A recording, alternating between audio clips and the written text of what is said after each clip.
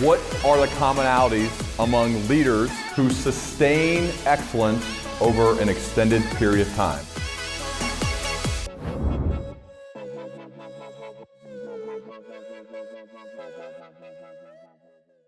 Coach Buzz Williams, man, it's so great to have you here on the Learning Leader Show. Welcome, man. I'm honored that to have a chance to be with you. I mean that sincerely. I'm one of your biggest fans. You have no idea. I haven't listened to all 500, but I've listened to many and have notes on every one that I've listened to.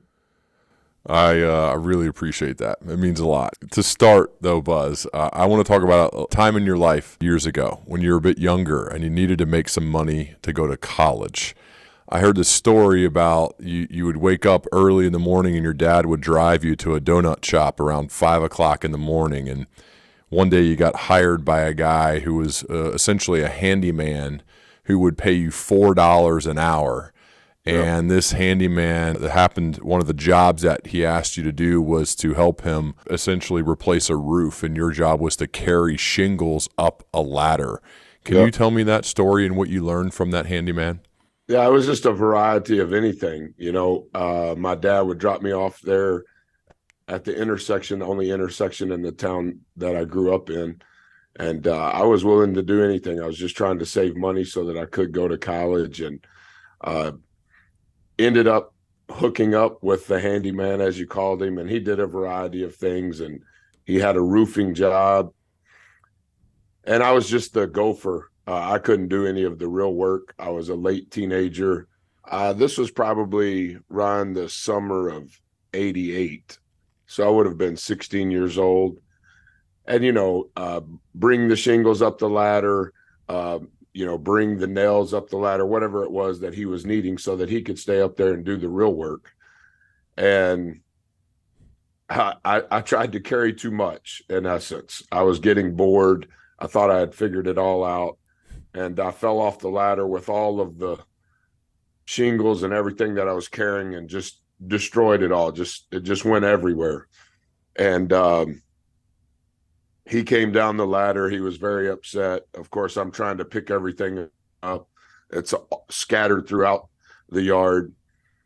And he said, if you never learn anything, you should learn one step at a time. And what I was trying to do was I was trying to skip a step. And he said, if you're going to get to the top of the ladder, the only way that you can get there is one step at a time. But you can fall to the bottom in one step. And so I've remembered that as if it was yesterday. And obviously there were a few more words used than the summary version that I just gave you. But I've always remembered that. And not that I knew that my career was going to turn out to what it has become, but for sure, you can only be where your feet are. You can only go inch by inch. Life's a cinch, one step at a time. And I become so anxious if I spend my time and energy on the future, and at times become depressed and angry and resentful of things in the past. And can you be tough enough just to concentrate on right now? I saw you had shirts made with that statement as a mantra. In order to climb the ladder, you must go one step at a time. And I think somebody on Twitter asked you, "Hey, Buzz or Coach Buzz, can we buy those shirts? We want to get those shirts." And you said, "No, those shirts are only for people on Team Bus One." What is Team Bus One? Yeah. The shirts that you're talking about, Ryan, we call them quote shirts. We do 12 a year, and we have done that now for 10 years. And so there's a lot to a quote shirt, but a quote shirt can only be received by those on Team Bus One. And a quote shirt is only when there was a lesson for your life. It has nothing to do with basketball. It's just similar to the story that you're talking about. I was telling them a story, and it turned into a quote shirt. And each year we have a theme, and each year we have a logo to match that theme. And so this year is our 4th year at Texas A&M, and our word is foresight. And that's the ability to do now what you know will be needed in the future, to be able to think ahead and to be able to do your work now.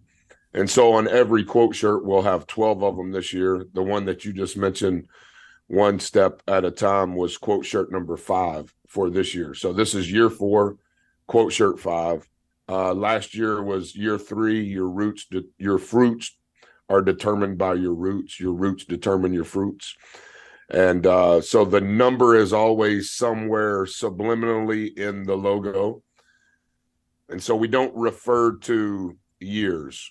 For instance, this is the 111th team at Texas A&M in the 22-23 season. We never use those words with our team. This is year 4, and it's foresight. Now, obviously, it's year 4 since we've been here, but it could be a freshman on our team that joined our team in year 4. And so, when a kid finishes his career, he will have 48 quote shirts. But if you ask him which year, he's only going to say it was foresight. It was roots are determined by your fruits. And the same can be said from our time at Virginia Tech, et cetera. So the only people that get a shirt are those on Team Bus One. Team Bus One are those that will sit on the bench, those that will be in uniform and or wearing a suit. That's who is on Team Bus One. My family is exempted from Team Bus One. If my family is able to travel with me, I'm married, I have 4 children. If they go, they get a seat on Team Bus One. But other than that, everybody else is going to be on the other bus. And so that kind of gained traction a little bit last year towards the end of the season in our run. And I just referred to everybody as Team Bus One. If you get on the bus that I get on, Team Bus One, then that's who you are. If not, we're going to rent a different bus for everybody else. You've made it an accomplishment. You made it special to be a part of Team Bus One. And I feel like you could do that outside of sports as well. There's other ways you could implement Team Bus One. I was thinking about it immediately when you told it to me when we spoke over the phone. Was that intentional? Was this Team Bus One mentality something that you really thought about? Well, I don't know that I necessarily thought of Team Bus One, the words, but I think anytime there's exclusivity in anything, it creates, in certain respects, it creates an uncertain, unspoken pride. Mm-hmm. And if you're on Team Bus One, that probably means that there is a level of responsibility that comes with that. It probably means there's a level of consistency in your work that comes with that. And it's not for anyone. And I do think that it translates. I don't think that it has to do with sports, but I think anytime you can create exclusivity as if you have to earn this right, it's not something that's given. I do think that creates pride, the good kind of pride, not the bad kind of pride. Mm-hmm. And when it comes to being disciplined, after watching so many of your videos now and really studying just the way that you behave, and hearing you tell me, I'm blown away. Can you walk me through your 9 daily disciplines and why these are so important for you? It's evolved and it's morphed. And I also know that, Ryan, I'm very, maybe too much in regards to my calendar. I just believe that time is our most valuable commodity. And I'm highly sensitive to how I use it. I'm highly aware of how I'm using it, who I'm using my time with. I believe time is similar to money. You can spend it, you can waste it, you can invest it. And I think many times you can see parallel qualities in how people handle their money is similar to how they handle their time. And in my career as a head coach, I've been paranoid about dead time. I want to eliminate all dead time, because within all of the categories that I want to be responsible for and have a positive impact in, there's not time for dead time. And you have to find ways to use your time to do undistracted work, because that's the only way you're going to move the needle.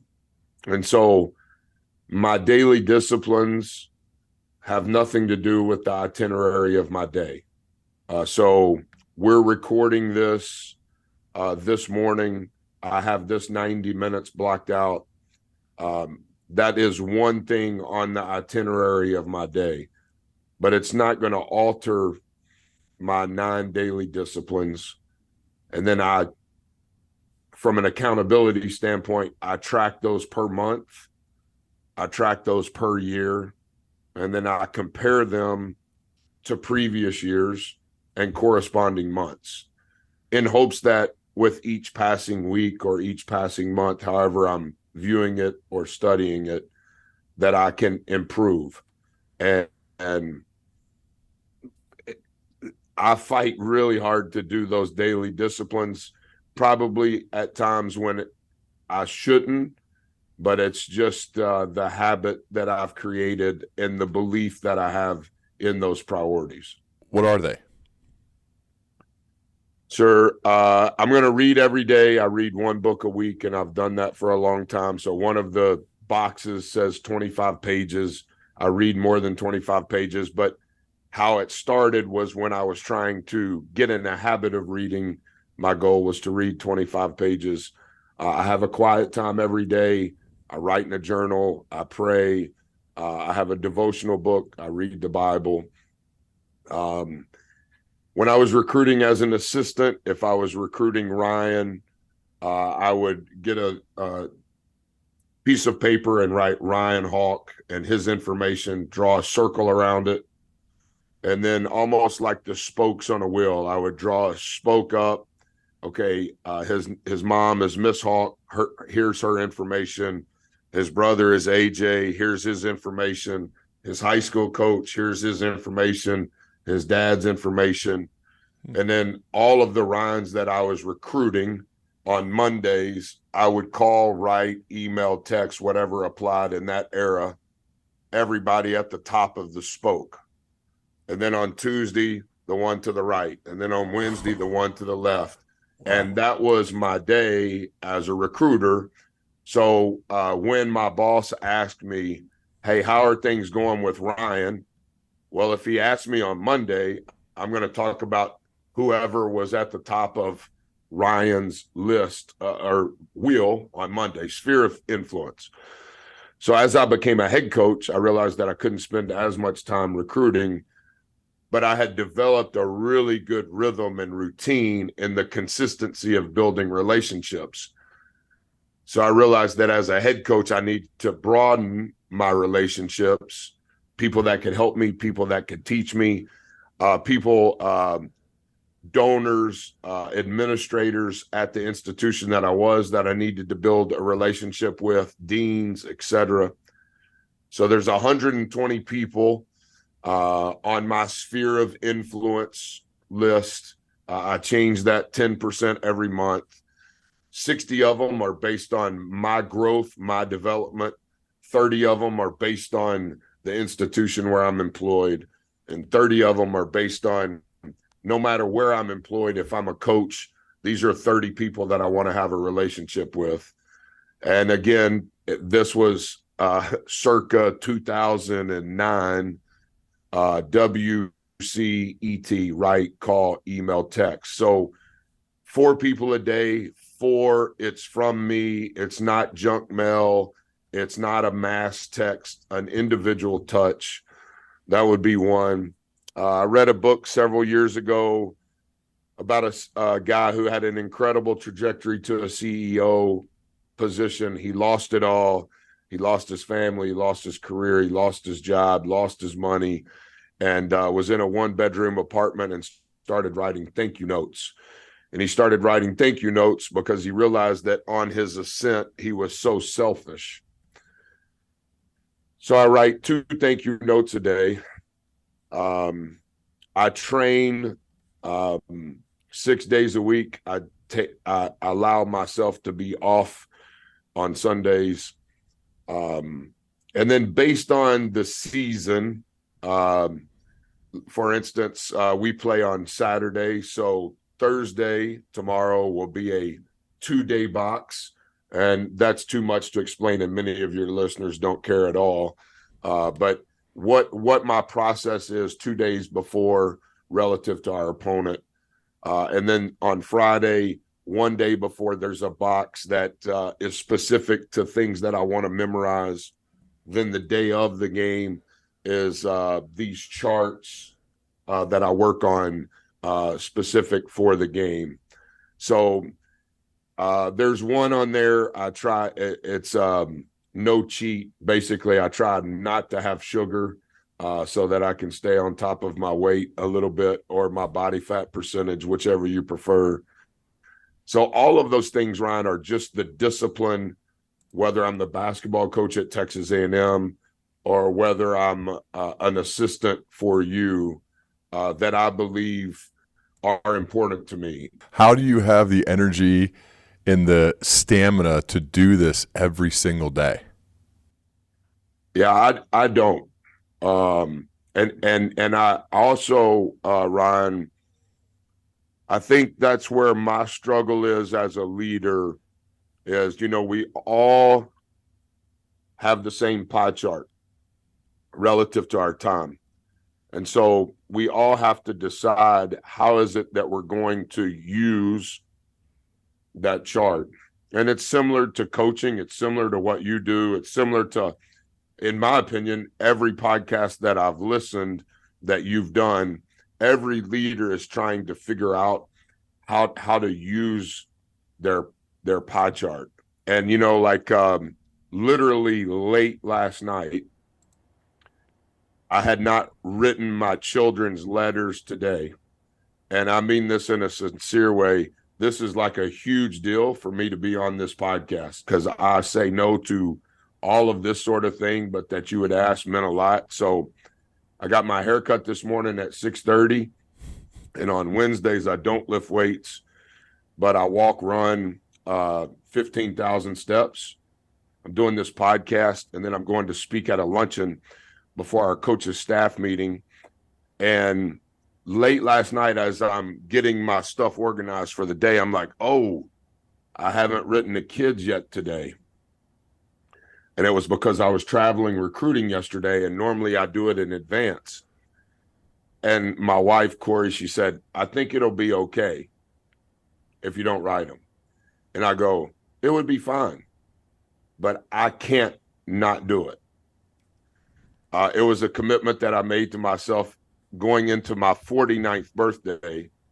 Is there something that I can give to my kids every day between 49 and 50 that if, when I'm gone, they have something that I gave them? And then I got to 50, and they're hanging them all over their room. They're hanging them on their door. My son in college files them in like this box, like Ron Holiday research box.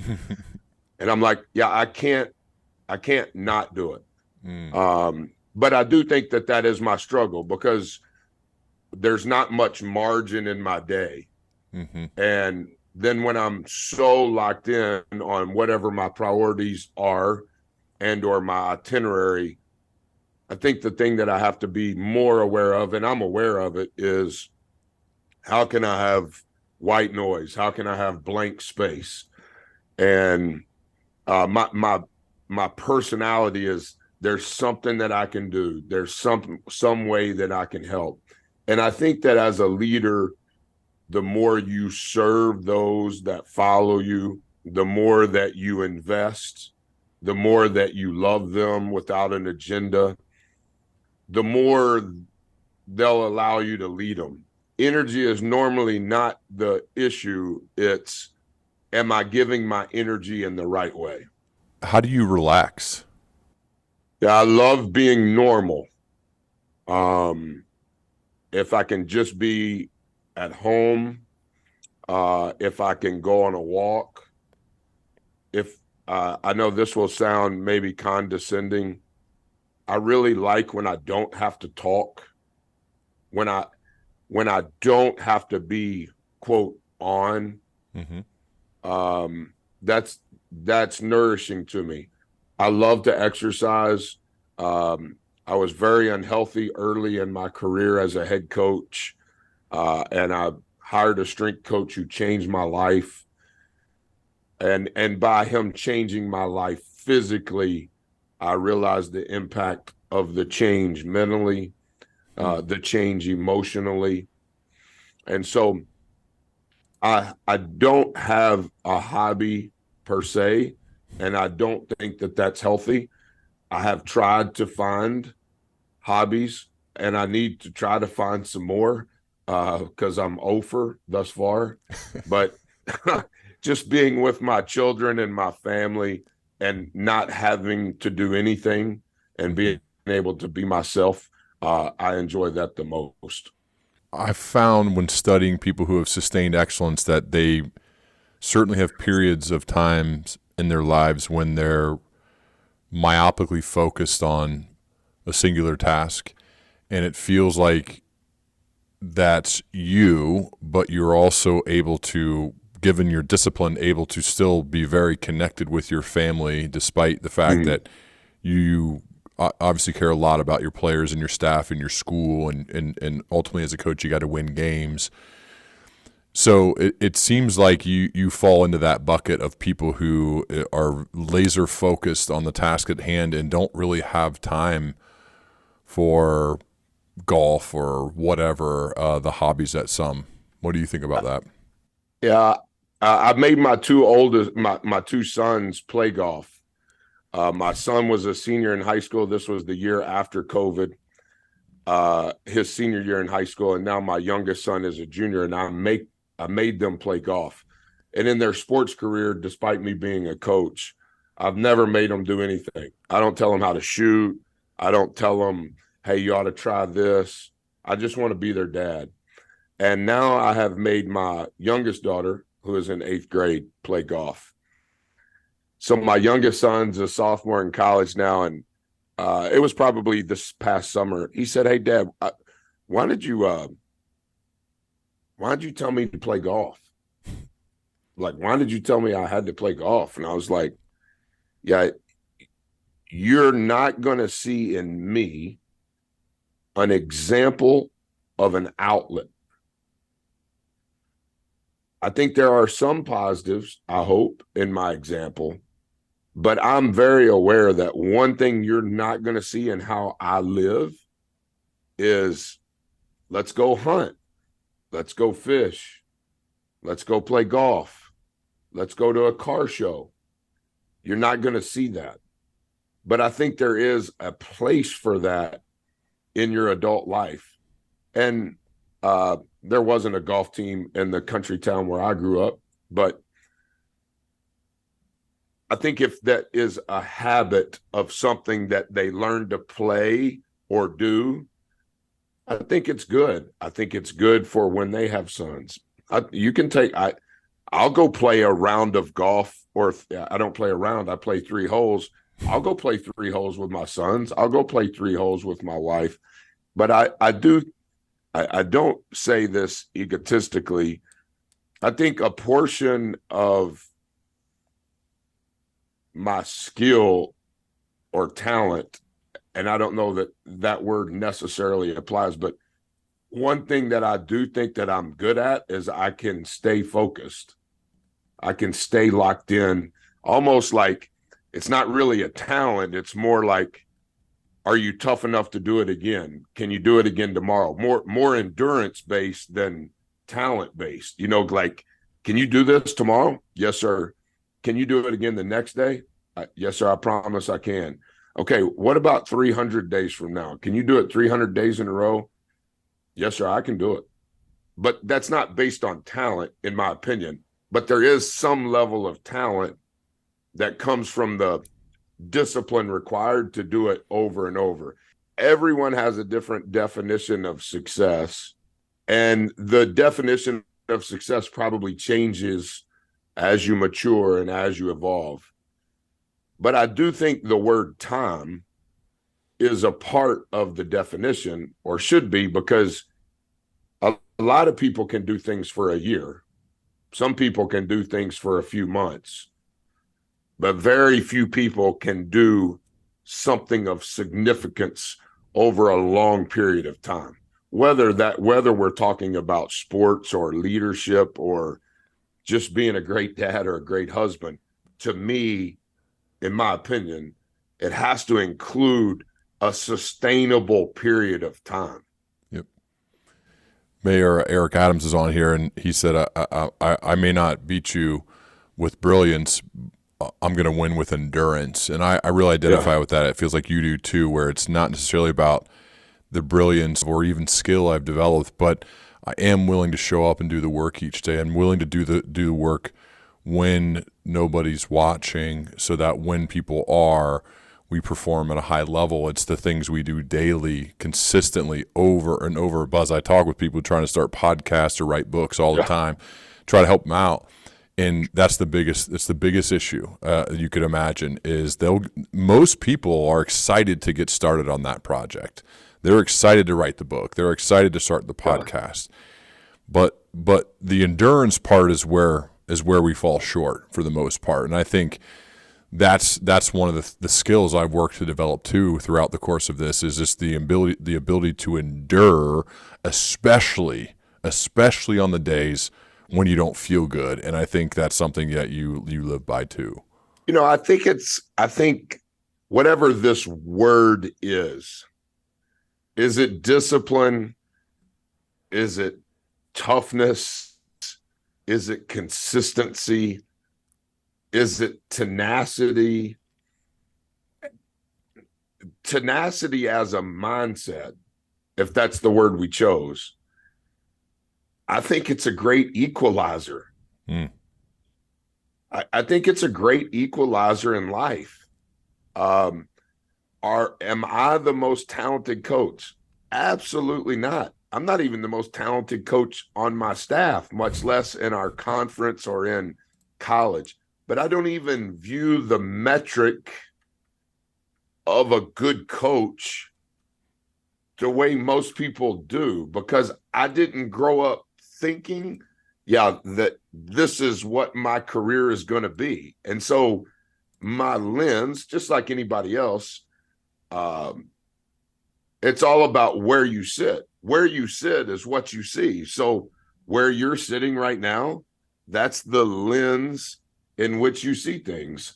And it's the same with me. It's the same with everybody. But to me, whatever word this is that we're talking about, to me, that's a gift. That's a talent. That's a skill. Yeah. And it's an intangible skill, but we don't see things as they are. We see them as we are. Okay, well, I don't see myself as like an SEC coach. I don't even, those words never even enter my mind. And it's not because I'm being silly. It's not because I'm trying to be humble. No, I don't even think of that. How can I help those around me? And then how can I do it a little bit better? And at some point, if I'm charged with being responsible for helping, then I have to find a way to help myself. Mm-hmm. And in my figurative diet, if I am starving myself, eventually I'm going to starve those that I'm charged to lead. There's so many examples of you caring and loving on your guys, your team, beyond what you see on the court. I just watched a 32-minute video of you teaching your guys how to introduce themselves.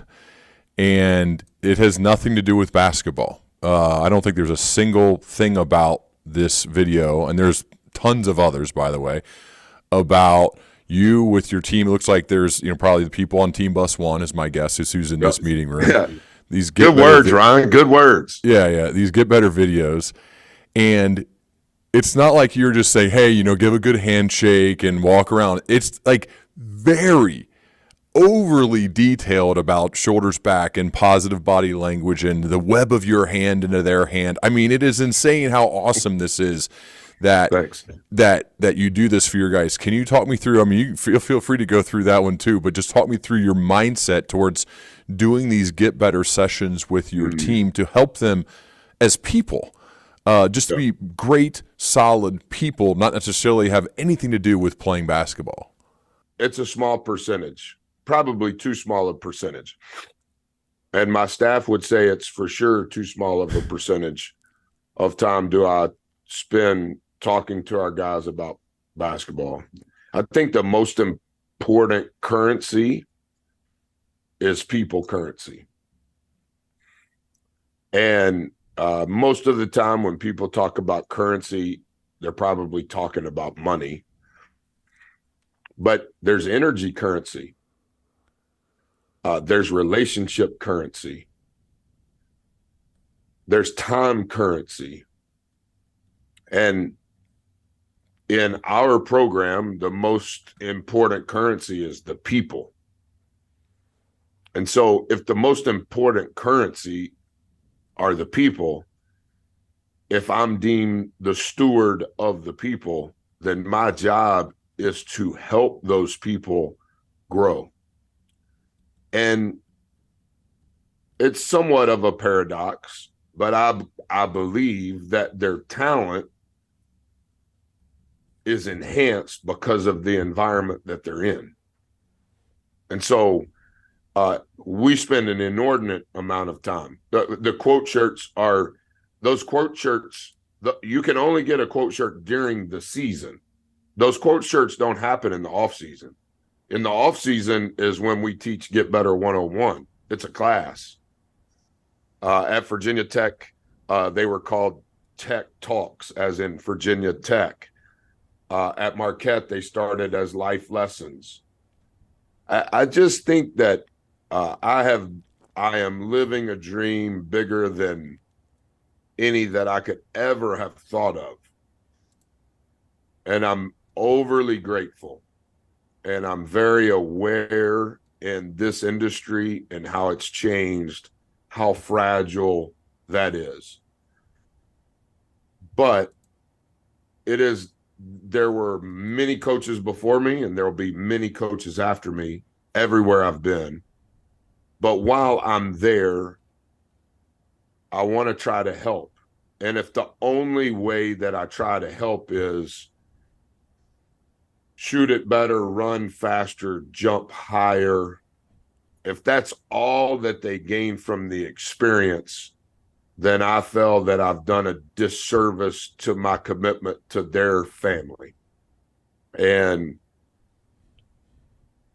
there are times, Ryan, that our players want me to quit talking about life. But I've been doing it just long enough now that some of those guys that I coached 10 years ago, now they are married, now they have children, and now some of those things are coming out. So it's not as if while here they completely have this metamorphosis. But I do think that it begins to happen. And I just think that in the end, because of how I've been blessed, that's part of my responsibility is to try to help others. I got the last 2 months of your calendars from your member of your staff, and one of the quotes that I really identify with, Buzz, is the reward for passing the test is earning the next test. And I'm sure we're aligned here, because to me, someone's like, well, what do you want to do, or what do you hope to do? And I said, well, and this may sound weird, but the reward I get is that I get to keep doing this. Like that's the reward. That's what I want. And I don't know if that's like not thinking big enough. To me, I think that's like as big as it gets, to say like I get to do this cool work, or I'm speaking with Buzz Williams now and we're having an in-depth conversation about life. This isn't about basketball. This is about life, right? And about leadership and about learning. Like it doesn't get any better than that. And so to me, the reward, the reason why, yes, you have to do some things to kind of support the business, to make sure you support your family, the reward is you get to keep doing this cool work. And I sense that like that's how you feel about what you're doing, is the reward is that you just get to keep doing it. Team rule number 3 for us, we only have 5. Be a great teammate, ... in all caps, compound. And I teach them what compound is. Most 18-year-olds are probably not aware of compound interest. The first time they ever heard the word compound was when they were in 3rd grade and their teacher was talking to them about compound words, 2 things put together. Well, that's the same saying in this topic, in my opinion. You get this test and you're going to continue to get this same test until you pass it. And once you pass it, then you're moving on to the next mountain.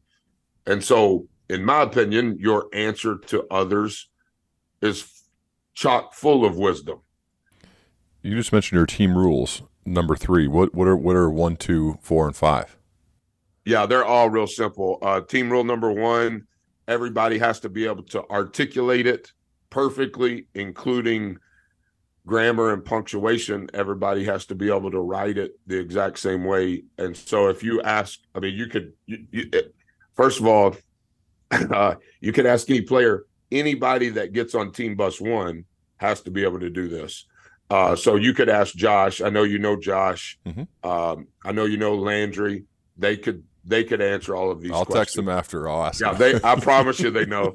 Okay. Team rule number 1, always tell the truth, comma, no matter your emotional state, period. Secrets are lies, period. Team rule number 2, always be on time, ... The number 6, minutes, =, early, period. I told you team rule number 3. Team rule number 4, never do anything to embarrass you / your family / your team / your school. And then team rule number 5, if anything, comma, is potentially a problem, please call Buzz. And that one, Ryan, is technically team rule 10. It's a long story on how that one got bumped to team rule 10, but that would take more time. But years ago, that was team rule number 5. It seems, though, to have a team that is, you have so many, like the daily disciplines and the consistency and the messaging and the rules. I found, though, in order for people to really live these out, you have to be relentless and vividly clear in your messaging. Like, it's a constant. It never ends. The players can recite them without even thinking. They're unconscious. They're asleep, and they're still saying them. So as a leader, again, that takes a lot of energy. And one of the quotes from your calendar that I identify with and think about it, it says, energized leaders can evoke energy from within others. But when the leader lets up a little, followers tend to let up a lot. I think this is a life skill, a leadership thing for sure. Buzz, can you talk about the energy you bring and why it must stay up? And if you let up even a little bit, followers tend to let up a lot. The complexity to being a leader is much broader than I think that it was years ago. And the complexity is how can you help each person relative to where they are? And I think that some of that is IQ based, but I think a lot of that is EQ based. And I think that, you know, the ability to be self-aware is becoming a talent. And when you're leading, not only do you have to be self-aware of you, but I think you have to be self-aware of who you're trying to lead and how you can lead them. And the energy required to lead a variety of different people, you have to have energy for them. Because if the energy is only for the group, it's kind of like, should a teacher teach to the top of the class or the bottom of the class? And I would say everybody has thoughts on that. And so most of the time, the teacher teaches right to the middle. So then the mean stays the same. And does the bottom ever really raise up? Is the top ever stretched? In my opinion, no. And so I think that your energy introduces you before you ever say a word. And everybody has different thoughts on what energy is. Is it your body language? Is it your ability to have eye contact and listen with your eyes and listen with your ears? Is it just like what you're doing now? Like all of the podcasts that I listen to of yours, they're on my phone. And then Josh sent me a text yesterday and said, Coach, I just wanted to remind you that this podcast is on Zoom. I didn't know, but I should have known, because I've heard several of your guests mention during the podcast about you taking notes, but it never clicked. Oh, well, I guess they're doing that on Zoom because I'm just listening to it. Yeah. And so I think that's energy. Energy is being engaged. Energy is, there might be something that Ryan's going to say that I need to take notes on. Energy is how you grow. Energy is how you learn. Energy can be a virus. Energy can be an influencer. Energy can be a good thing or a bad thing. And I think that the leader has to set the pace on that energy. And if the leader is going to set the pace on that energy, similar to what I said earlier, that leader has to find out and figure out how they can fuel themselves. Think of all the leaders in the time that you've been studying leadership and the time that you've been writing books, hosting seminars, doing all of the things and what this business for you has turned into. And think of all of the ones that, I don't know if burnout is the right word, but they got to the end and they were like, okay, I'm done. I'm out. I don't have anything left. I'm bankrupt. I'm exhausted. Whatever words would be used. But it was because along the way, to some degree, they probably didn't know how to fuel themselves. Yeah. And so it's just like, this is my opinion, it's just like a good speaker. The speaker that can only have one speech, once he makes his tour, because he was good at it, he'll get another round, the second round, but he's not going to get a third because they're like, you just preached the same message. Like good preachers, you can tell they just got it out of the oven and they're serving it hot. But if they keep serving leftovers, you're like, I don't want to go to that church. He said the same thing. Yep. And it's like, you have to have that fire in your eyes as a leader where you're convicted by not only what you say, but what you do. Your words and your life have to match up. And in my opinion, that is your energy. You are in the business of identifying people to put on the team.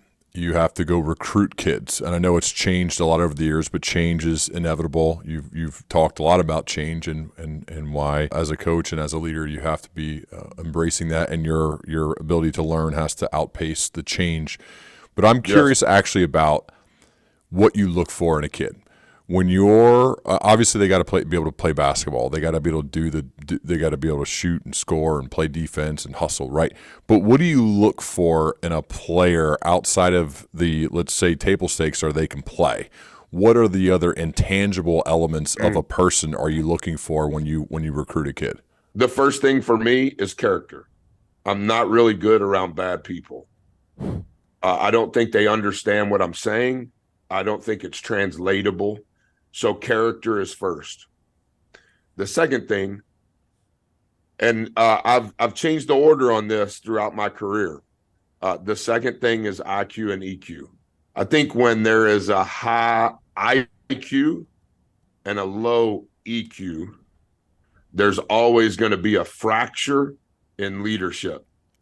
Somebody that's really smart, but is very not self-aware or of others, there's going to be a fracture. And it's because of the disparity between the two. So IQ and EQ is really important. Like we have one specific player on our team now, Ryan, that he was recruited. He's a good player. He's going to end up being a great player. And it's just beginning to blossom, and everybody that kind of knows, they're like, hey, Buzz, we didn't know he was that good. And I go, well, he's not that good. He's good, but you're only talking about his talent.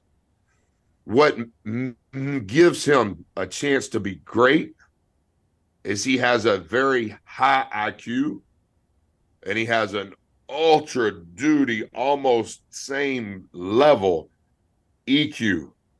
So he's very smart, but he's very smart of what's around him. So he can help his teammates figure out what they're supposed to do next before his teammates can think of it. And so his IQ and EQ are really high. And he's a great human being. I think the third characteristic for me is their work ethic. Do they want to work? Are they consumed with the process, or are they only wanting YouTube clips? Are they only wanting TikTok posts? Are they only wanting IG story likes? So it's a different era. I'm not judging any of that. I'm not saying it should all go away. I'm not saying that. But is there an insatiable drive to get better? Because if they have an insatiable drive to get better, they're going to want to work. That doesn't mean that they don't TikTok, Snapchat, want to know about NIL. I'm not saying any of that, but they want to work because they understand there is no finish line. And I think when your motivation and your drive are to improve, and you are smart, and you are aware, and you're a good human being, now you've got a chance. I could talk about a few basketball specific things, but the fourth category that has nothing to do with basketball is, are they a great teammate? That's team rule number 3. Be a great teammate, ... all caps, compound. And team rule number 5, I know I didn't end that very well on how I said it, but team rule number 5 is when a coach calls or texts, respond in the same manner. Team rule number 1 is tell the truth. Like a lot of those rules are character specific. Yep. And I think when your character, your IQ, EQ, your work ethic, and now you're unselfish, now you're a great teammate. Okay, now you have a chance to have a great career, because those things that are not in the scoreboard, over time, if you're doing the things the right way each day in your daily habits, in our culture, you're gonna get better. Is it harder to find those people now than it was in the past? I'm curious, sir. to have all of those, because you're talking about a really quality person here, high character, high IQ, high EQ, great work ethic, not caring too much about the stories and all of that, which I go to games and see the see the guys filming, and sometimes the players are very aware to point to them or to put the 3 sign up right to the camera. Yes. Like they're thinking about what's this. Yeah, and some like. of those photographers are there because of that kid. Right. Like right. they're and working to be a great for team. that kid. So for you, these guys, right? They've probably been heralded since they were 8. Yes. Right? They're playing AAU. They're all over the place. Like they grow up in this. Is it harder to find the person who's got all of those intangibles and is a great basketball player? Yeah, that's what I was having this conversation with one of my assistants 2 days ago. He's on the road recruiting because we only play 1 game this week, and we were talking about IQ. Yeah. And my assistant, this particular one, he's very intelligent, and he has a very high IQ and EQ. And we were talking about literally this question. We don't want someone that's we don't want anyone that's a bad person because they won't even make it to the floor. We want somebody that's really smart and emotionally aware. Yeah. We want somebody that wants to be coached and that wants to work every day. Yeah. And then we want someone who's unselfish, who has a pure intent of heart, who will be a great teammate. Yeah. Okay, well, Coach, that shrinks the pool really. Yeah, I was going to say, because we haven't even talked about his talent yet. Right. And I'm like, I know, but it's the same thing in hiring, right? Yep. Do you want to hire an ultra talented salesman? Do you want to hire an ultra talented recruiter? Even do you want to hire the ultimate tactician? But then they have problems off the floor. But then they have a hard time waking up every day. But then it's all about them all the time. Mm-hmm. I don't know that translates to the team. I don't know that helps the team. It may help win a game because of the talent. Mm-hmm. But the sacrifices that went into winning that game, how much did that erode what you want your program to be about? And so, yes, sir, it has changed a lot, but some of that change, Ron, I'm not saying that because of society or the children. I'm saying a lot of that has changed, Ron, because of how I see things now. And I also have more evidence and I have more data.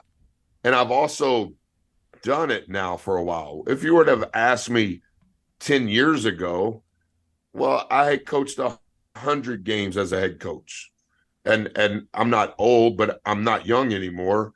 I've coached over 500 games now. And so I've seen the ultra talented guy that it just becomes a disappointment because it never translated and there was not positive growth on a daily basis because of one of the 4 things that I mentioned to you earlier.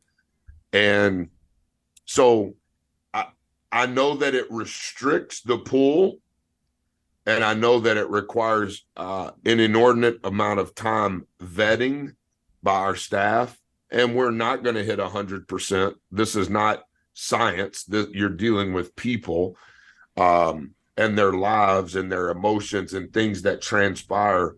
But I do think if you were to have a coaching clinic and someone were to ask me those questions, those would be the things that I would say are most important to me in who we recruit and in who we hire.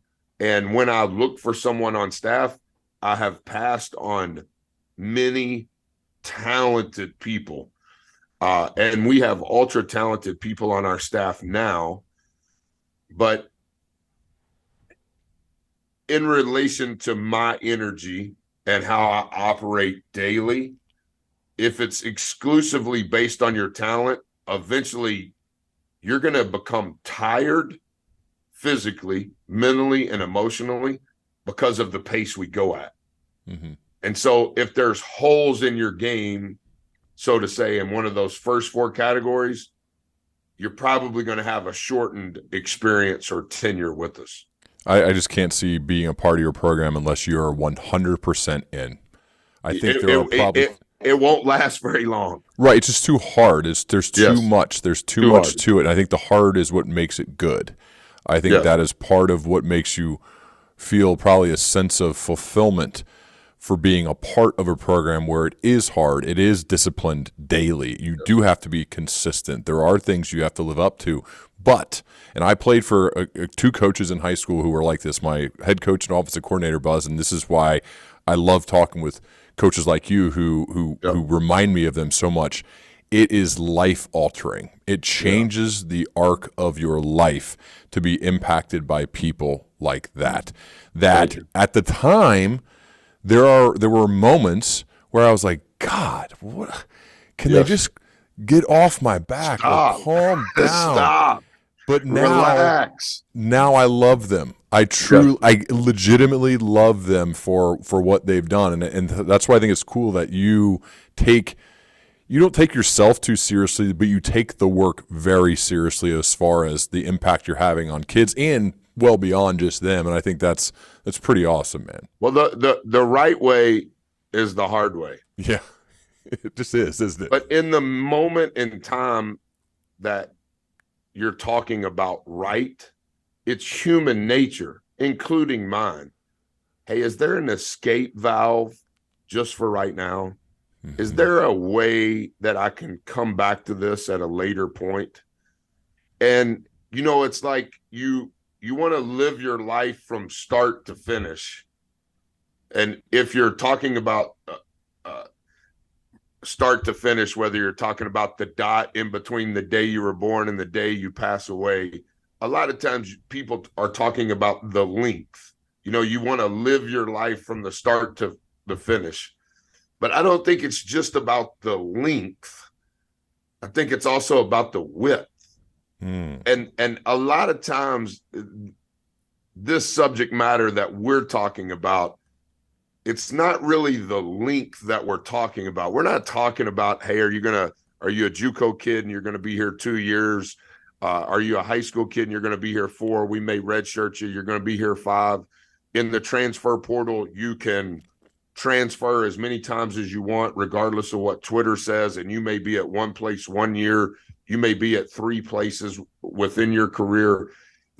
You're talking about the length, but I think when you start talking about the hard stuff, like what you were saying as a player, you were like, hey, coach, can you just freeze that for a minute, bro? Like, that's enough. Like, just for today. Can you holler at my buddy? And I was telling our guys, we were playing a game at home 2 games ago. We're winning. We're going to win the game. It's like it's the third media timeout of the second half. And I'm meeting our group before they get to half court on the way to the bench. And I was revved up in a positive way with one of our new guys who's only been around me for, at that time, 7 games. And he was Ryan Hawk at that moment in time that you're mentioning with your coach, like, goodness gracious, like, what now? And I told him, and by the time it gets to this portion of the conversation, we're now in the huddle. Hey, man, it's my fault. I just care so much.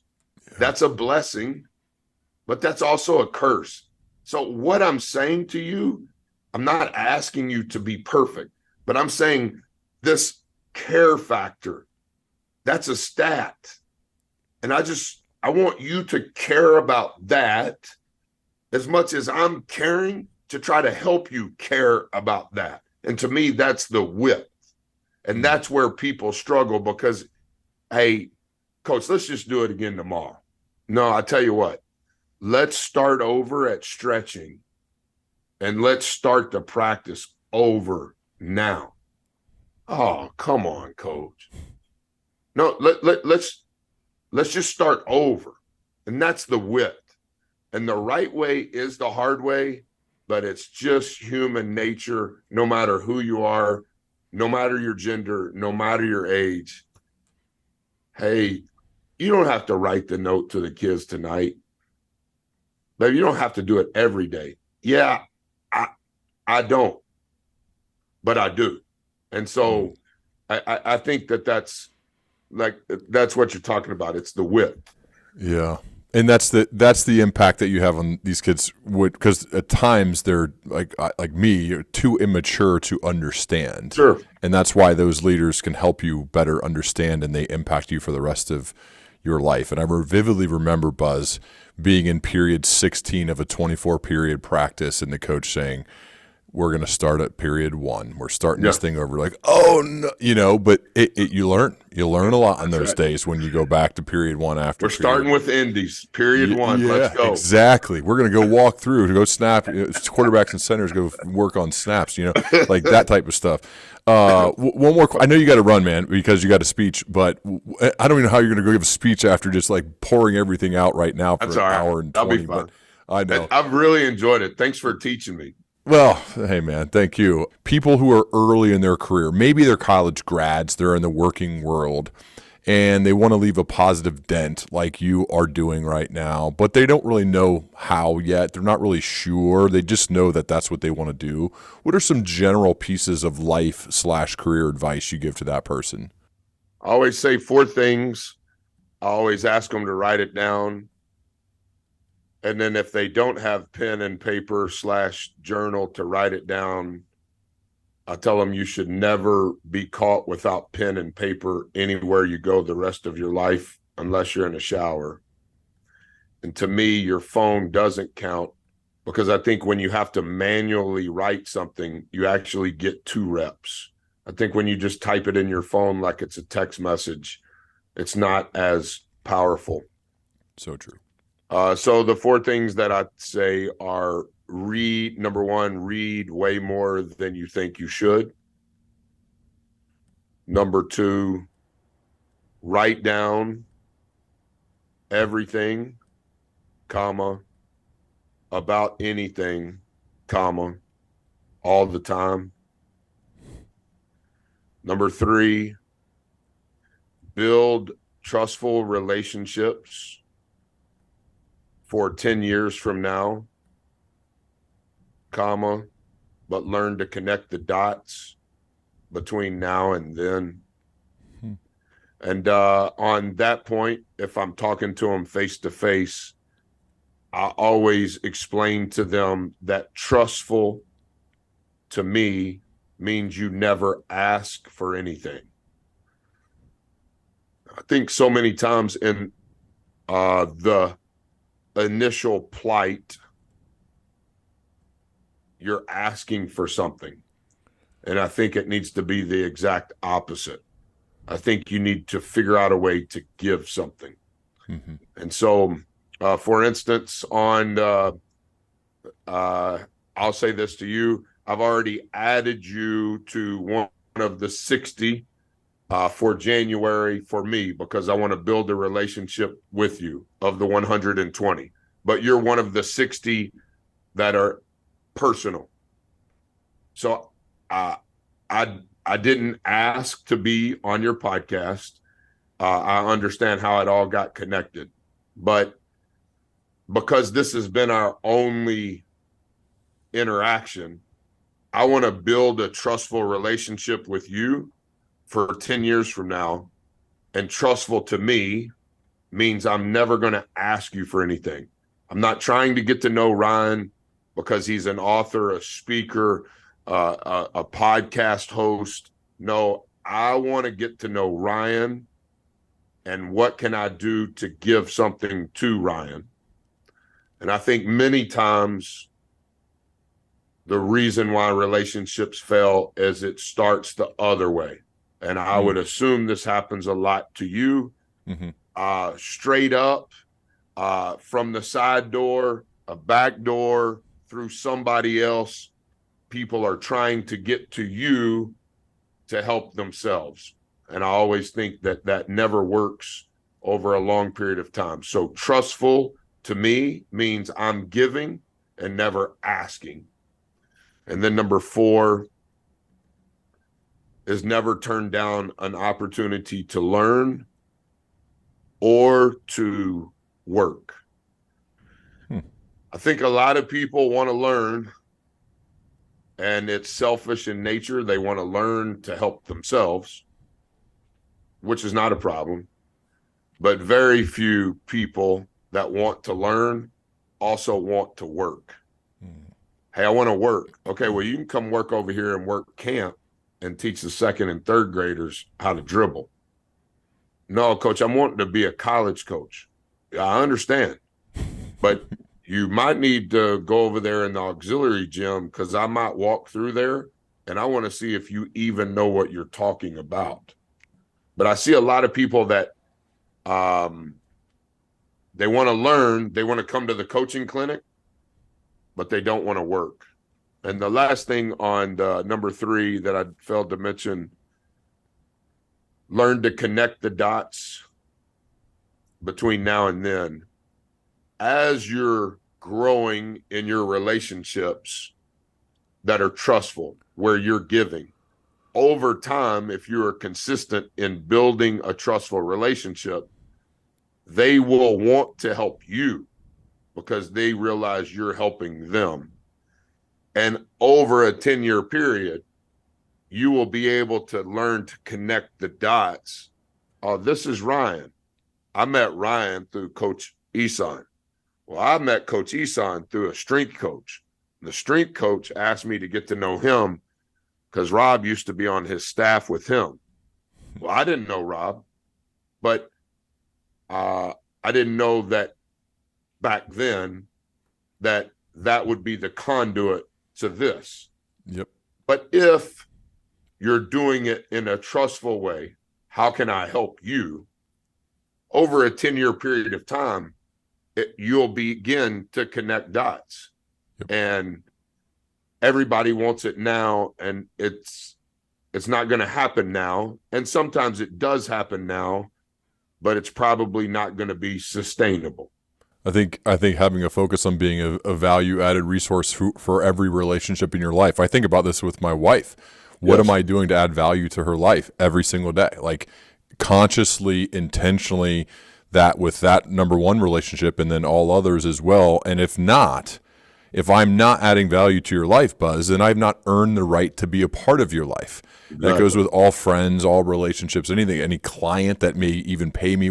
Regardless, I tell all of them too, I don't do contracts because you can fire me at any moment. Yep. Any second you can fire me and you do not have to pay me, because if I'm not adding value, I'm not doing what I said I would do, I couldn't accept that. That's and I right. think it's just, whether it's relationships or it's work or it's business or it's clients, there aren't contracts. It's hey, I got to keep earning it. I kind of like that approach. I think that's the right way to approach things. And yes, you will get burned every once in a while living that way. And you certainly couldn't do that like in your situation where you work for a school. But for the most part, this being a value-added person to others' lives and viewing it that way, whether it's the most important relationship you have with your spouse or beyond that, I think is the way to go about it, man. I love that. I love it. I know you're at time, man. You got to go give a talk. This has been amazing. I certainly don't want it to be the last one, both on and off the microphone, but I really appreciate it, Buzz. And you didn't come here to pitch anything. We just came here to have a conversation, and I learned so much, and I certainly looking forward to continuing our dialogue as we both progress, man. I'm not very technologically sound, but I know how to pull my phone down where it will sync up so that whenever you release a podcast, it shows on my phone. I think you're changing lives. And the one thing that I've learned from listening to you, because 85% of your guests, I don't even know who they are, which is kind of why I like it. Yep. And so, I just clicked the button and I'm waiting on you. Hurry up and say what you're going to say, Ron. Now tell me who this person is you're about to have a conversation with, because I see their name, but I don't know who they are, and I'm driving or I'm walking and I don't want to Google it. So tell me who they are. And then I'm like, oh man, this is going to be good. And then I hit pause on your podcast more than any other podcast because my brain is very chaotic. And so when I hear something that is a good morsel of wisdom, I hit pause and then I say it out loud. and then I keep it on pause so that I can process what was just said. And I will say this, half of the time, it's not what your guest says, it's what you say to your guest. And I'm like, whew, this is power because it's not one-sided. Yep. And you can tell that you take pride in your craft because you research who the guest is and you meet them where they are, which to me is a sign of a leader, an effective leader. And I think that the intent of your heart is only to help. And I believe that God blesses that. And I believe that you're impacting thousands and thousands of people that you will never have any idea who they are. Similar to when you called me to set this up, when Rob was saying Ryan Hawk, I thought he was talking about a player. Yeah, I know who Ryan Hawk is, but I didn't know he was talking about the Ryan Hawk. Then he was like, the podcast. And I was like, oh, yeah, I know Ryan Hawk. I thought you were talking about a basketball player. Like, I have the utmost respect for you, and I wish you the absolute best. And anything that I can ever do, count me in. I'm there. Thank you, man. That means a lot. It truly means a lot to me to hear you to say that. To someone who's accomplished and is impacting as many people as you are and doing it with such heart and such intention, man. I look up to you a lot. So the feeling's mutual, Buzz. I look forward to many more of these in the future, man. Merry Christmas to you. All right, man. And to You your too. family. Thank you.